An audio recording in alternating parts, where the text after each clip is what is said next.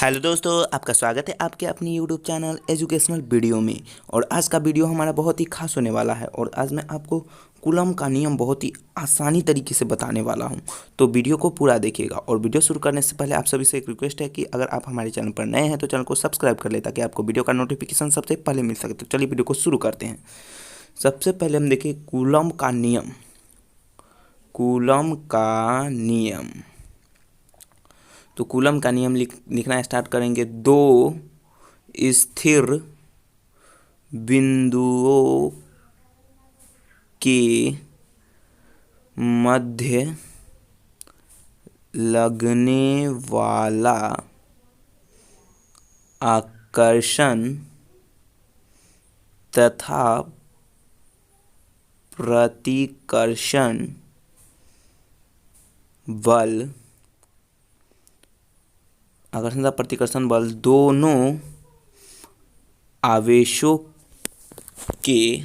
जो आवेश होते हैं, आवेशों के परिणामों के गुणनफल का समानुपाती होता है। समानुपाती तथा मध्य की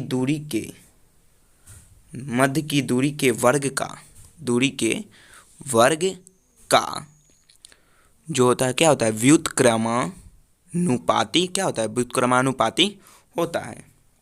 क्या होता है? तो व्युत्क्रमानुपाती होता है। दो स्थिर बिंदुओं के मध्य लगने वाला आकर्षण तथा प्रतिकर्षण बल, दो स्थिर बिंदुओं के मध्य लगने वाला आकर्षण तथा प्रतिकर्षण बल दोनों आवेशों के परिणामों के गुणनफल का समानुपाती तथा मध्य की दूरी के वर्ग का व्युत्क्रमानुपाती क्या होता है।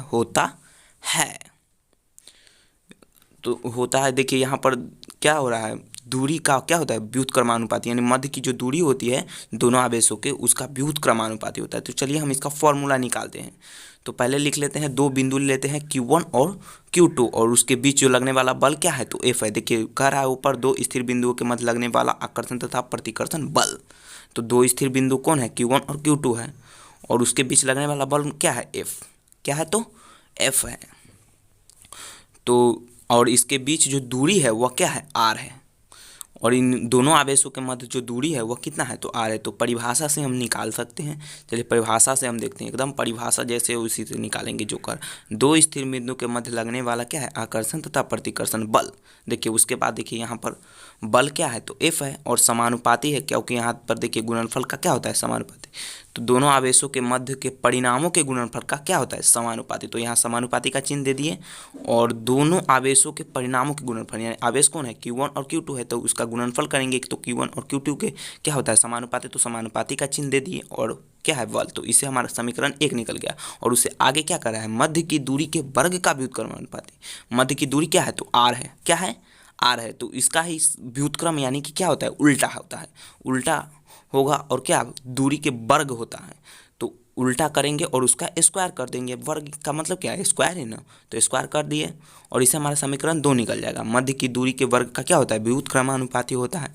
तो इससे समीकरण हमारा इक्वेशन 2 निकल गया। और यहाँ से हम आसानी से निकाल सकते हैं। अब समीकरण 1 और 2 से चलेंगे। किसे? तो समीकरण 1 और 2 से, समीकरण 1 और 2 से चलेंगे तो देखिए F हमारा, तो F आ जाएगा एक F, और ये समानुपाती का चिन्ह तो रहेगा ही रहेगा। और जब इसका हल करेंगे Q1 और Q2 का, देखिए Q1 और गुना कितना है, 1/r²। तो R² क्या, हाँ नीचे चला जाएगा। तो हमारा कितना आ जाएगा, Q1 Q2 बटे R²।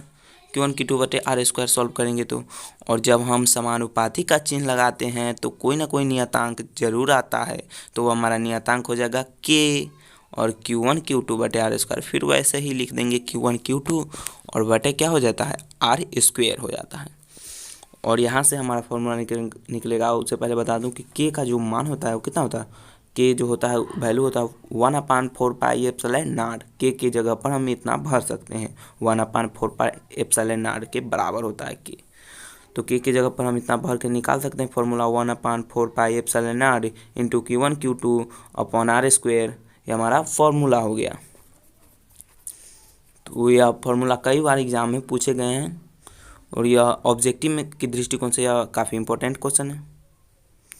तो चलिए अब हम के का जो मात्रक निकाल के देखते हैं कि आखिर होता क्या है के का जो मात्रक है। तो पहले लेकिन के का मात्रक आप कैसे निकाल सकते हैं, तो के का मात्रक आसानी से आप निकालना बताऊंगा। पहले तो आप देख लें कि के का जो वैल्यू कितना होता है, 9 × 10⁻9 न्यूटन मीटर स्क्वायर प्रति कूलम्ब स्क्वायर होता है जो इसका होता है। और के का जो वैल्यू कितना बताया था, तो 1/4πε0। तो चलिए पहले हम फॉर्मूला देखते हैं कितना होता है। तो के Q1 Q2 बटे क्या होता है R² अभी जस्ट बताया हूँ।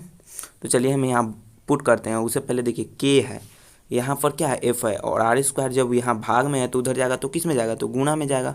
भाग में है तो गुणा में जाएगा, ये भाग में ही ना है तो यहाँ पर किस में जाएगा, तो गुणा में जाएगा। गुणा में चल गया, समीकरण तो आप जानते ही होंगे। अब देखिए FR² और ये Q1 Q2 गुणा में है तो यहाँ भाग में चला जाएगा, तो Q1 और Q2 और इधर क्या हो गया के हो गया। अब यहाँ के को हम x ले आते हैं और FR² बटे Q1 Q2।